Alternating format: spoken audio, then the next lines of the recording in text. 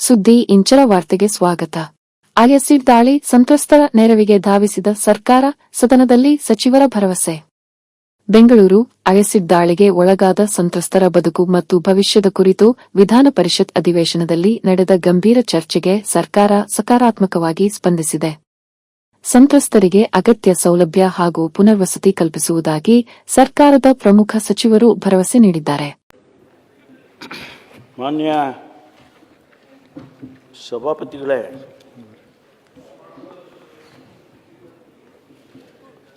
ಮೊದಲನೇದಾಗಿ ನಾನು ಸದನಕ್ಕೆ ತಡವಾಗಿ ಬಂದಿದ್ದಕ್ಕೆ ತಾವು ಕ್ಷಮಿಸಿದ್ದೀರಿ ಅಂತೇಳಿ ಭಾವಿಸ್ತೇನೆ.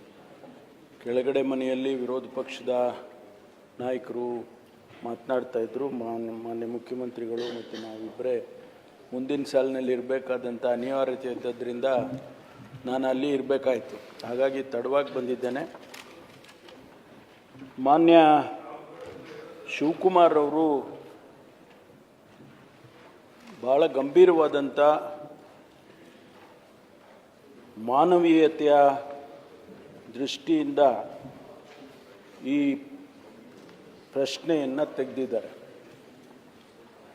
ಬಹುಶಃ ಸದನ ಎಲ್ಲರೂ ಕೂಡ ಮಾತನಾಡಿದಂಥವರು, ಮಾತನಾಡದೇ ಇರೋರು ಕೂಡ ಇದಕ್ಕೆ ಒಪ್ಪಿಗೆ ಸೂಚಿಸ್ತಾರೆ ಅಂಥೇಳಿ ನಾನು ಅಂದ್ಕೊಳ್ತೇನೆ.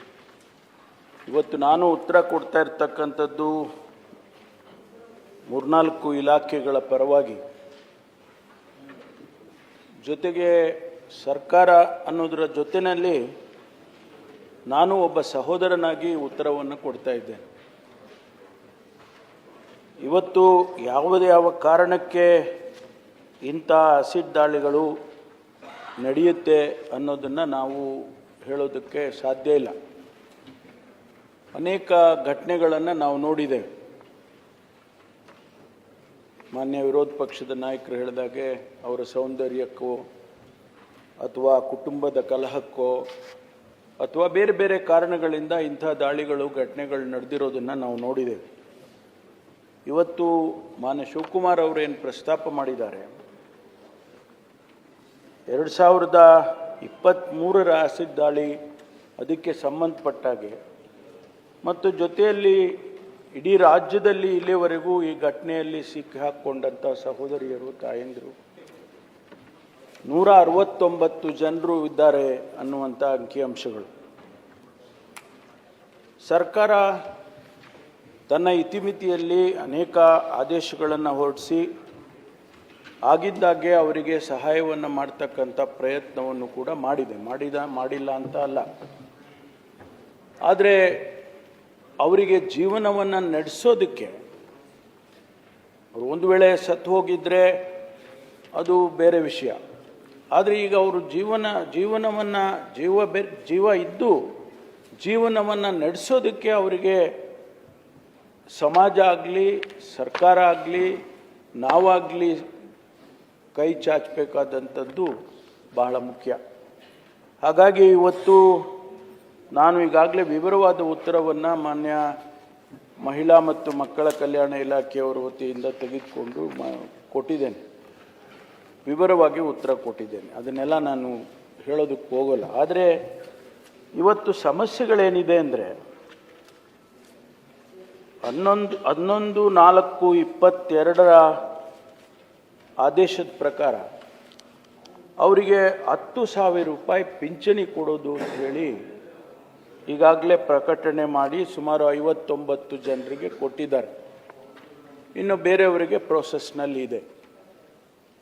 ಆದರೆ ಈಗಿನ ಈ ಚರ್ಚೆಯನ್ನು ಅರ್ಥ ಮಾಡಿಕೊಂಡು ನಾನು ಮಾನ್ಯ ಮಹಿಳಾ ಮತ್ತು ಮಕ್ಕಳ ಕಲ್ಯಾಣ ಸಚಿವರಿಗೆ ಮತ್ತು ಮಾನ್ಯ ಮುಖ್ಯಮಂತ್ರಿಯವರಿಗೆ ಈ 10,000 ರೂಪಾಯಿಯನ್ನು 50,000 ರೂಪಾಯಿಗೆ ಮಾಡೋದಕ್ಕೆ ನಾನು ಸೂಚನೆಯನ್ನು ಕೊಡ್ತೇನೆ ಮತ್ತು ಮುಖ್ಯಮಂತ್ರಿಗಳ ಮನವನ್ನು ಕೂಡ ಒಲಿಸೋದಕ್ಕೆ ಪ್ರಯತ್ನ ಮಾಡ್ತೇನೆ. ಎರಡನೇದು, ಮಾನ್ಯ ಸಹೋದರಿ ಭಾರತಿ ಅವರು ಹೇಳಿದರು ಆ್ಯಸಿಡ್ಡು ಸುಲಭನಾಗಿ ಸಿಗುತ್ತೆ, ಆ್ಯಸಿಡ್ ಪರ್ಚೇಸ್ ಮಾಡೋದು ಹೇಗೆ ಸಾಧ್ಯ ಹಾಗೆ ಅಂತೇಳಿ. ನನಗೆ ಮಾಹಿತಿ ಇಲ್ಲ. ಆದರೂ ಕೂಡ ಅದನ್ನು ಮಾಹಿತಿಯನ್ನು ತೆಗೆದುಕೊಂಡು ಯಾವ ರೀತಿ ಈ ಆ್ಯಸಿಡನ್ನು ಪರ್ಚೇಸ್ ಮಾಡೋದಕ್ಕೆ ರೆಗ್ಯುಲೇಟ್ ಮಾಡ್ಬೋದು. ಯಾಕೆಂದರೆ ಲ್ಯಾಬೊರೇಟ್ರಿಗಳಿಗೆ ಪರ್ಚೇಸ್ ಮಾಡ್ಕೊಳ್ಳೋದಕ್ಕೆ ಅವಕಾಶ ಮಾಡಿಕೊಟ್ಟಿರ್ತಾರೆ. ಆದರೆ ಯಾರಾದರೂ ಪ್ರೈವೇಟ್ ಜನ ಅವರು ಅಂಗಡಿಯಲ್ಲಿ ಹೋಗಿ ಆ್ಯಸಿಡ್ ಪರ್ಚೇಸ್ ಮಾಡೋದಕ್ಕೆ ಅವಕಾಶ ಒಂದು ವೇಳೆ ಇದ್ದರೆ ಅದನ್ನು ನಿಲ್ಲಿಸುವಂಥ ಪ್ರಯತ್ನವನ್ನು ಕೂಡ ನಾನು ಮಾಡ್ತೇನೆ ಅಂತಕ್ಕಂಥ ಮಾತನ್ನು ಹೇಳ್ತೇನೆ. ಇನ್ನು ಮನೆಗಳು ಅವರಿಗೆ ವಾಸಸ್ಥಳ ಮತ್ತು ವಸತಿ ಸೌಲಭ್ಯ ಕೊಡೋ ವಿಚಾರದಲ್ಲಿ ಈಗಾಗಲೇ ಸ್ಲಮ್ ಬೋರ್ಡ್ನವರು, ರಾಜೀವ್ ಗಾಂಧಿ ಹೌಸಿಂಗ್ ಬೋರ್ಡ್ನವರು ಮನೆಗಳನ್ನು ಕೊಡೋದಕ್ಕೆ ಇವರಿಗೆಲ್ಲ ರೆಕಮೆಂಡೇಶನ್ಸ್ ಮಾಡಿದ್ದಾರೆ. ಆದರೆ ಆದಷ್ಟು ಶೀಘ್ರವಾಗಿ ಎಲ್ಲೆಲ್ಲಿ ಅವರು ಯಾವ್ಯಾವ ಊರಿನಲ್ಲಿದ್ದಾರೆ ಅಲ್ಲಿ ಅವರಿಗೆ ಉಚಿತವಾಗಿ ಸ್ಲಮ್ ಬೋರ್ಡ್ ಇರ್ಬೋದು, ರಾಜೀವ್ ಗಾಂಧಿ ಹೌಸಿಂಗ್ ಬೋರ್ಡ್ ಇರ್ಬೋದು, ಅವರಿಗೆ ಮನೆಗಳನ್ನು ಕೊಡೋದಕ್ಕೆ ಏರ್ಪಾಟು ಮಾಡ್ತೇವೆ. 169 ಜನರಿಗೂ ಕೂಡ ಮನೆಗಳನ್ನು ಕೊಡೋದಕ್ಕೆ ಏರ್ಪಾಟನ್ನು ಮಾಡ್ತೇವೆ ಅಂಥೇಳಿ ಈ ಸಂದರ್ಭದಲ್ಲಿ ನಾನು ಸದನಕ್ಕೆ ಹೇಳೋದಕ್ಕೆ ಬಯಸ್ತೇನೆ. ಆಮೇಲೆ ಮಾನ್ಯ ಶಿವಕುಮಾರ್ ಒಂದು ಪ್ರಸ್ತಾಪ ಮಾಡಿದರು, ಪೊಲೀಸ್ ಇಲಾಖೆಯಲ್ಲಿ ಕನ್ವಿಕ್ಷನ್ ರೇಟು ಭಾಳ ಕಡಿಮೆ ಇದೆ. ಮಾನ್ಯ ಸಭಾಧ್ಯಕ್ಷರೇ, ಇದನ್ನು ನಾನು ಪರಿಶೀಲನೆ ಮಾಡ್ತೇನೆ. ಇತ್ತೀಚೆಗೆ ಏನಾಗಿದೆ ಅಂದರೆ ಈ SC/ST ಕೇಸ್ಗಳಲ್ಲಿ ನಮ್ಮ ಕನ್ವಿಕ್ಷನ್ ರೇಟು ಬಹಳಷ್ಟು ಕಡಿಮೆ ಇದೆ, 3% ಇದೆ. ಅದಕ್ಕೆ ಕಾರಣನೂ ಕೂಡ ಇತ್ತೀಚೆಗೆ ನಾವು ಅದನ್ನು ರಿವ್ಯೂ ಮಾಡುವಾಗ ಅದಕ್ಕೆ ಕಾರಣನೂ ಕೂಡ ಹುಡುಕಿದ್ದೇವೆ.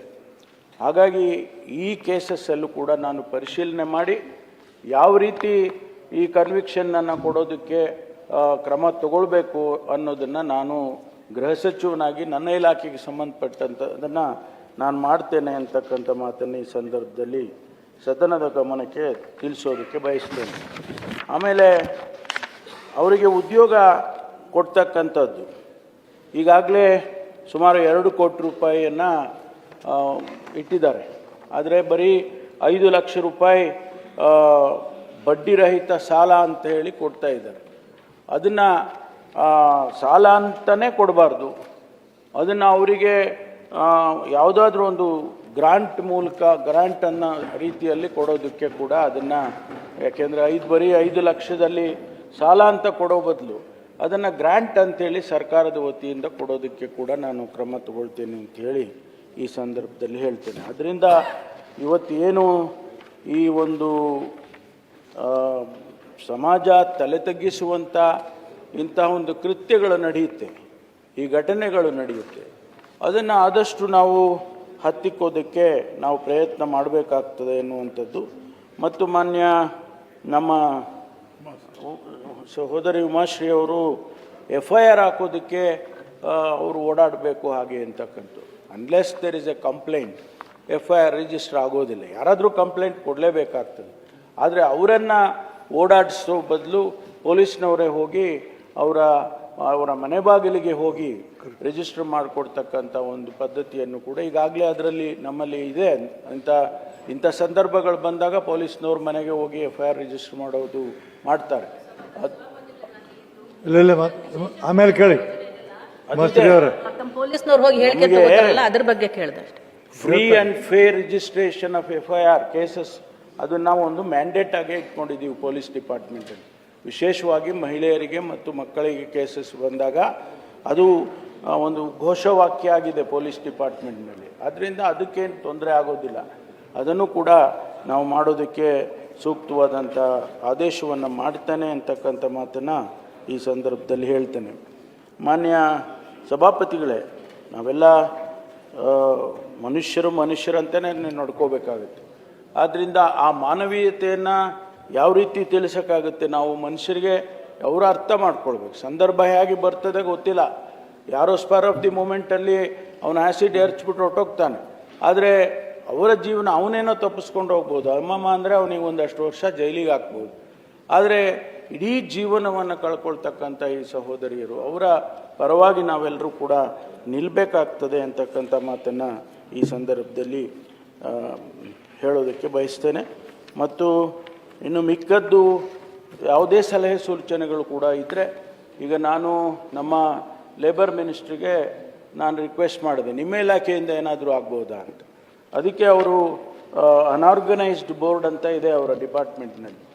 ಆ ಅನ್ಆರ್ಗನೈಸ್ಡ್ ಬೋರ್ಡಿಂದನೂ ಕೂಡ ಅವರಿಗೆ ಸಹಾಯ ಮಾಡ್ತಕ್ಕಂಥದ್ದು ಒಂದು ವ್ಯವಸ್ಥೆಯನ್ನು ನಾವು ಮಾಡ್ತೇವೆ, ಅಷ್ಟು ಜನರಿಗೆ ಮಾಡ್ತೇವೆ ಅಂತಕ್ಕಂಥ ಮಾತನ್ನು ಮಾನ್ಯ ಲೇಬರ್ ಸಚಿವರು ಕೂಡ ಹೇಳಿದ್ದಾರೆ. ಆದ್ದರಿಂದ ನಾವೆಲ್ಲರೂ ಕೂಡ ಇದರಲ್ಲಿ ಮಾನವೀಯತೆ ದೃಷ್ಟಿಯಿಂದ ನಡ್ಕೋಬೇಕು ಅಂತ ಹೇಳಿ ನಾನು ನನ್ನ ಮಾತು ಮುಗಿಸ್ತೀನಿ. ಡಿ ಸಿ ಎಂ ಸರ್ ಒಂದು ನಿಮಿಷ ಒಂದು ಸ್ವಲ್ಪ ಅವರು ಹೇಳಿ ಆಮೇಲೆ ಕೇಳುವಂತ್ರಿ. ಅಧ್ಯಕ್ಷರೇ, ಈ ವಿಚಾರ ಏನು ಶಿವಕುಮಾರ್ ಅವರು ಪ್ರಸ್ತಾವನೆ ಮಾಡಿದ್ದಾರೆ, ಇದು ಇಡೀ ಪ್ರಪಂಚದಲ್ಲಿ ಇಶ್ಯೂ ನಡೀತಾ ಇದೆ. ಮಧ್ಯ ಅಲ್ಲಿ ಇಲ್ಲಿ ಈ ರೀತಿ ಮಿಸ್ಯೂಸ್ ಮಾಡೋಂಥದ್ದು ಅನೇಕ ಪ್ರಕರಣ ನಡೀತಾ ಇದೆ. ನಾನು ಫುಲ್ ಡಿಬೇಟ್ಗೆ ಇರಲಿಲ್ಲ ಈ ವಿಚಾರ. ನಾನು ಬಂದ ತಕ್ಷಣ ಗೊತ್ತಾಯಿತು, ನಮ್ಮ ಹೋಮ್ ಮಿನಿಸ್ಟರ್ ರಿಪ್ಲೈ ಮಾಡೋ ವಿಚಾರ ಗೊತ್ತಾಯಿತು. ಇದು ನಾವೇ ಜಾಗೃತಿ ಮೂಡುವಂಥ ಕೆಲಸ ಫಸ್ಟ್ ಮಾಡಬೇಕು. ಇದಕ್ಕೆ ಖಂಡಿಸೋಕ್ಕೆ ಇನಿಷಿಯಲ್ ಸ್ಟೇಜಿಂದನೇ ಇದನ್ನು ಎಲ್ಲೆಲ್ಲಿ ಇದನ್ನು ಆ್ಯಸಿಡ್ ಮಾಡ್ತಾರೆ, ಇಂಥ ಏನೇನು ಇಶ್ಯೂಸ್ ಮಾಡ್ತಾರೆ ಅಂಥವ್ರಿಗೆಲ್ಲ ಯಾರಿಗೆ ನೀವು ಕೊಡ್ತೀರಾ ಅನ್ನೋದಕ್ಕೆ ಫಸ್ಟು ಈ ಕೆಮಿಕಲ್ಸ್ ಏನೇನಿದೆ ಅದಕ್ಕೆ ಫಸ್ಟು ಅವ್ರಿಗೆ ನಾವು ಕಂಟ್ರೋಲ್ ತೆಗೆದುಕೊಳ್ಬೇಕು. ಅವ್ರು ಕಂಟ್ರೋಲ್ ತೆಗೆದುಕೊಳ್ಳಿಲ್ಲ ಅಂದರೆ ಏನು ಉಪಯೋಗಿಸ್ತಾರೆ ಮಾಡ್ತಾರೆ ಅದಕ್ಕೆ ಇದನ್ನೆಲ್ಲ. ಯಾಕೆಂದರೆ ಸುಮಾರು ಕೇಸಸ್ಸು ಆಗೋಗ್ಬಿಟ್ಟಿದೆ. ಸೊ ಆ ದೃಷ್ಟಿಯಿಂದ ಮಿಕ್ಕಿದ್ದು ಹೋಮ್ ಮಿನಿಸ್ಟರ್ ಭಾಳ ಕ್ಲಿಯರಾಗಿ ಹೇಳಿದ್ದಾರೆ, ಗೌರ್ಮೆಂಟ್ ಯಾವ ರೀತಿ ನಾವು ಹೆಲ್ಪ್ ಮಾಡಬೇಕು ಅಂತ. ಹೆಣ್ಮಕ್ಳು ಏನು ಮಾತಾಡ್ತಾ ಇದ್ರು ಅವ್ರ ಕನ್ಸರ್ನ್ ಎಲ್ಲ ನಮಗೆ ಅರ್ಥ ಆಗ್ತದೆ. ಸರ್ಕಾರ ಕೂಡ ಹೆಚ್ಚು ಕಮ್ಮಿ ಬೆಂಗಳೂರಲ್ಲಿ ನಗರಗಳಲ್ಲಿ ಸ್ವಲ್ಪ ಎಜುಕೇಷನ್ ಜಾಸ್ತಿ ಇರೋದ್ರಿಂದ ಇಂಥ ಘಟನೆಗಳು ಜಾಸ್ತಿ ಆಗ್ತಾ ಇದೆ. ಮತ್ತು ಒಂದು ಸ್ಪೆಷಲ್ ಕೋರ್ಟ್ಗೆ ಇಂಥ ಕೇಸ್ಗಳಲ್ಲಿ ಟ್ರಯಲ್ ಕೇಸು ಎಲ್ಲಿ ಡೆಲ್ಲಿಲಿ ಯಾವ ರೀತಿ ಫಾಸ್ಟ್ ಟ್ರ್ಯಾಕ್ ಕೇಸಸ್ನ ಮಾಡಿಸೋ ಅದನ್ನು ಮಾಡಿಸಿದ್ರೆ ಬಹುಶಃ ಇನ್ನು ಮುಂದಕ್ಕೆ ಸ್ವಲ್ಪ ಭಯ ಇರ್ತದೆ. ಈಗ ಸ್ವಲ್ಪ ಕೆಲವು ಕೇಸಸ್ ಎಲ್ಲ ಈ ನಿರ್ಭಯ ಕೇಸು ಇವೆಲ್ಲ ಆದಮೇಲೆ ಸ್ವಲ್ಪ ಭಯ ಬಂದಿದೆ ಇದಕ್ಕೆ. ಆಮೇಲೆ ಅವ್ರು ಹೇಳ್ದಂಗೆ ಯಾರು ಇದನ್ನು ಡಿಸ್ಕ್ಲೋಸ್ ಮಾಡಲಿಲ್ಲ ಅಂತಂದ್ರೆ ಏನು ಮಾಡೋಕ್ಕಾಗಲ್ಲ. ಡಿಸ್ಕ್ಲೋಸ್ ಮಾಡೋರು ಯಾರು ಇರಲೇಬೇಕು. ಆ ದೃಷ್ಟಿಯಿಂದ ಬಹುಶಃ ನಾವು ಸರ್ಕಾರ ಕೂಡ ಭಾಳ ಜಾಗೃತಿ ಮೂಡಿಸುವಂಥ ಕೆಲಸ ನಾವು ಮಾಡಬೇಕಾಗ್ತದೆ. ಲೇಬರ್ ಮಿನಿಸ್ಟರ್ ಸಭಾಧ್ಯಕ್ಷರೇ, ಶಿವಕುಮಾರ್ ಅವರು ಭಾಳ ಇದು ಸಲಹೆ ನಾನು ಭಾಳ ಕೇಳ್ತಿದ್ದೆ, ಭಾಳ ಎಮೋಷ್ನಲ್ ಆಗಿತ್ತು. ಆಲ್ರೆಡಿ ಹೋಮ್ ಮಿನಿಸ್ಟರ್ ಸಾಹೇಬ್ರು ಹೇಳಿದ್ದಾರೆ. ನಮ್ಮ ಇಲಾಖೆ ವತಿಯಿಂದ ನಾನು ಈಗ ತಾನೇ ಸೆಕ್ರೆಟರಿಗೆ ಮಾತನಾಡಿದೆ. ಇನಿಷಿಯಲಿ ಅವರೇನು ಆ ಥರ ಸಂದರ್ಭದಲ್ಲಿ ಆಕ್ಸಿಡೆಂಟ್ಗಳಾದಂಥ ಸಂದರ್ಭದಲ್ಲಿ ಅಥವಾ ಅವರಿಗೆ ಆ್ಯಸಿಡ್ ಅಟ್ಯಾಕ್ ಆದಂಥ ಸಂದರ್ಭದಲ್ಲಿ ಅವ್ರಿಗೆ ನಮ್ಮ ಬೋರ್ಡ್ಲಿಂದ ಸುಮಾರು 2 ಲಕ್ಷವರೆಗೆ ರಿಲೀಫ್ ಕೊಡ್ತಕ್ಕಂಥದ್ದು ನಾವು ಮಾಡ್ತೀವಿ. ನಮ್ಮ ಸೆಕ್ರೆಟರಿ ಕೂಡ ಮಾತನಾಡಿದ್ದೀವಿ, ಸಾಹೇಬರು ಕೂಡ ಹೇಳಿದ್ದಾರೆ. ಖಂಡಿತವಾಗ್ಲೂ will look upon to it based on to the criteria, ಅಂದರೆ ಎಷ್ಟು ಬರ್ನ್ ಆಗಿದೆ ಆ ಕ್ರೈಟೀರಿಯಾ ಚೆಕ್ ಮಾಡಿ ನಾವು 2 ಲಕ್ಷವರೆಗೆ ನಾವು ಕೊಡ್ತಕ್ಕಂಥದ್ದು ನಮ್ಮ ನಮ್ಮ ಅನ್ಆರ್ಗನೈಸ್ ಬೋರ್ಡ್ಲಿಂದ ಮಾಡ್ತೀವಿ ಅಂತ ತಮಗೆ ಹೇಳಲಿಕ್ಕೆ ಇಚ್ಛೆ ಬಯಸ್ತೀನಿ. ಶಿವಕುಮಾರ್ ಆಯ್ತಲ್ಲ ಸರ್, ಒಂದು ಶಾರ್ಟ್ ಪ್ರಶ್ನೆ ಮಾಡಿ. ಅದೇನಾಗಿದೆ, ಈಗ ಹೋಮ್ ಮಿನಿಸ್ಟರ್ ಹೇಳಿದ್ರು FIRs ಅವ್ರಿಗೆ ಕೊಡಬೇಕು ಅಂತ. ನಾನು ಅದ್ರ ಬಗ್ಗೆ ನಾನು ಇದು ಮಾಡ್ತಾ ಇಲ್ಲ. ಈಗೆಲ್ಲ ಆನ್ಲೈನ್ ಅಪ್ಲೋಡ್ ಮಾಡ್ತಾ ಇದ್ದಾರೆ. ಈಗ 10 ವರ್ಷದಿಂದ 15 ವರ್ಷದಿಂದ ದಾಳಿ ಆಗಿರೋರು ಅವ್ರಿಗೆ ಪರಿಹಾರ ತಗೊಬೇಕು ಅಂತಂದ್ರೆ, ಮಾಶಾಸನ ತಗೊಬೇಕಂತಂದ್ರೆ FIR UDI ಕಾರ್ಡ್ ಎಲ್ಲ ತಗೊಂಡೋಗ್ಬೇಕು. ಅದನ್ನ ಡೆಸ್ಟ್ರಾಯ್ ಮಾಡಿಬಿಟ್ಟಿದ್ದಾರೆ. ನೀವು ಅದನ್ನ ಎಕ್ಸಂಪ್ಟ್ ಮಾಡಿ ಅಂತ ನಾನು ಕೇಳ್ತಾ ಇರೋದು. ಅದನ್ನ ನೀವು FIR ನ ಎಕ್ಸಂಪ್ಟ್ ಮಾಡಿಬಿಟ್ರೆ, ಆಮೇಲೆ ಮಾನ್ಯ ಉಪಮುಖ್ಯಮಂತ್ರಿಗಳು ಹೇಳಿದಂಗೆ ಫಾಸ್ಟ್ ಟ್ರ್ಯಾಕ್ ಕೋರ್ಟ್ಸ್ ಬಂದ್ರೆ ಇದನ್ನ ಏನಾದರೂ ಒಂದು ಸ್ವಲ್ಪ ಕಂಟೈನ್ ಮಾಡ್ಬೋದು ಸರ್. ಹಂಗಾಗಿ ಹೋಮ್ ಮಿನಿಸ್ಟರ್ ಇದೊಂದು ನಿವೇದನೆ ಸರ್ ಇದು. Right. Pujara last sir, home minister ಇವೆಲ್ಲ ಡಿಸ್ಕಷನ್ ನೋಡಿದಾಗ ಕಂಪ್ಲೇಂಟ್ ಬಗ್ಗೆ ಏನು ಕನ್ಫ್ಯೂಷನ್ ಇರಲಿಕ್ಕಿಲ್ಲ, ಆಗಲಿಕ್ಕೆ ಸಾಧ್ಯನೇ ಇಲ್ಲ. ತೊಗೊಳ್ತಾರೆ, ಅಲ್ಲಿದ್ದಲ್ಲೇ ಹೋಗಿ ತೊಗೊಳ್ತಾರೆ. ಬಟ್ ಒಂದು ನನ್ನ ಸಜೆಷನು, ಇದು ಆಕೆ ಕಂಪ್ಲೇಂಟ್ ಏನು ಜನರಲ್ ಆಗಿ ಬರ್ತದೆ, it should be treated as dying declaration. Dying ಡಿಕ್ಲರೇಷನ್ನು ಥರ ಟ್ರೀಟ್ಮೆಂಟ್ ಆಗುವಂಥದ್ದು ಒಂದು ವ್ಯವಸ್ಥೆ ಆಗಬೇಕನ್ನುವಂಥದ್ದು ನನ್ನ ಬೇಡಿಕೆ. ಯಾಕಂದರೆ as good as a social death ಅನ್ನುವಂಥ ಸಿಚುವೇಶನ್ಗೆ ಬಂದಿರ್ತಾರೆ ಆ್ಯಸಿಡ್ ಹಾಕಿದಂಥವ್ರು. ಡೈಯಿಂಗ್ ಡಿಕ್ಲರೇಷನ್ಗೆ ಒಂದು ಸೆಂಟೆನ್ಸ್ ಕೊಡುವಂಥದ್ದು ಒಂದು ಏನು ಗ್ರಾವಿಟಿ ಇರ್ತೈತಿ ಅದು ಇದಕ್ಕೆ ಬರುವಂಥದ್ದು ಆಗಲಿ ಅಂತ. ಇನ್ನು par with dying declaration of a person, ಆ ಥರ ಕಂಪ್ಲೇಂಟು ಟ್ರೀಟ್ ಆಗಬೇಕು ಅಂತ ವಿಚಾರ ನಮ್ದು. ಹೇಳ್ತೀರಿ ಸಭಾಪತಿಗಳೇ, ಏನು ಮಾನ್ಯ ಪೂಜಾರವರು ಮತ್ತು ಶಿವಕುಮಾರ್ ಅವರು ಈಗ ತಾನೇ ಮತ್ತೆ ಸಲಹೆಗಳನ್ನು ಕೊಟ್ಟಿದ್ದಾರೆ, ಅದನ್ನು ಕೂಡ ಗಂಭೀರವಾಗಿ ಪರಿಗಣಿಸಿ ಅದಕ್ಕೇನು ಕ್ರಮ ತಗೋಬೇಕೋ ಅದನ್ನು ಖಂಡಿತವಾಗಿ ನಾವು ತಗೊಳ್ತೀವಿ. ಯಾಕೆಂದರೆ ಅವರು ID ಕಾರ್ಡ್ ಕೇಳ್ತಾರೆ ಮತ್ತು ಅದೆಲ್ಲ ಹೇಳಿದರು, ಅದನ್ನೆಲ್ಲ ಸರಳೀಕರಣ ಮಾಡ್ತಕ್ಕಂಥ ವ್ಯವಸ್ಥೆಯನ್ನು ಮಾಡ್ತೇವೆ. ಸದನ ಸರ್ಕಾರ ಎಲ್ಲ ಅವ್ರ ಪರವಾಗಿದೆ, ಎಲ್ಲ ರೀತಿಯ ಕ್ರಮ ತಗೊಳ್ತಾರೆ ಅಂತ ಹೇಳಿದ್ದಾರೆ. ಶಿವಕುಮಾರ್ ಅವರ ಒಳ್ಳೆ ಸಬ್ಜೆಕ್ಟ್ ಅಂತಂದಿರಿ, ಎಲ್ಲ ನಾಡಿಗೆ ಒಳ್ಳೆಯದಾಗ್ತದೆ, ಸರ್ಕಾರ ಕ್ರಮ ತಗೊಳ್ತಿದೆ ಅನ್ನೋದನ್ನು. ಮತ್ತು DCM ಹೇಳ್ದಂಗೆ ಆ ಕೋರ್ಟನ್ನು ಪ್ರಾರಂಭ ಮಾಡ್ತಾರೆ, ಅದನ್ನು ಸಹಿತ ಪ್ರಯತ್ನ ಮಾಡಲಿಕ್ಕೆ ಸರ್ಕಾರ ಕ್ರಮ ತಗೊಳ್ತೀವಿ.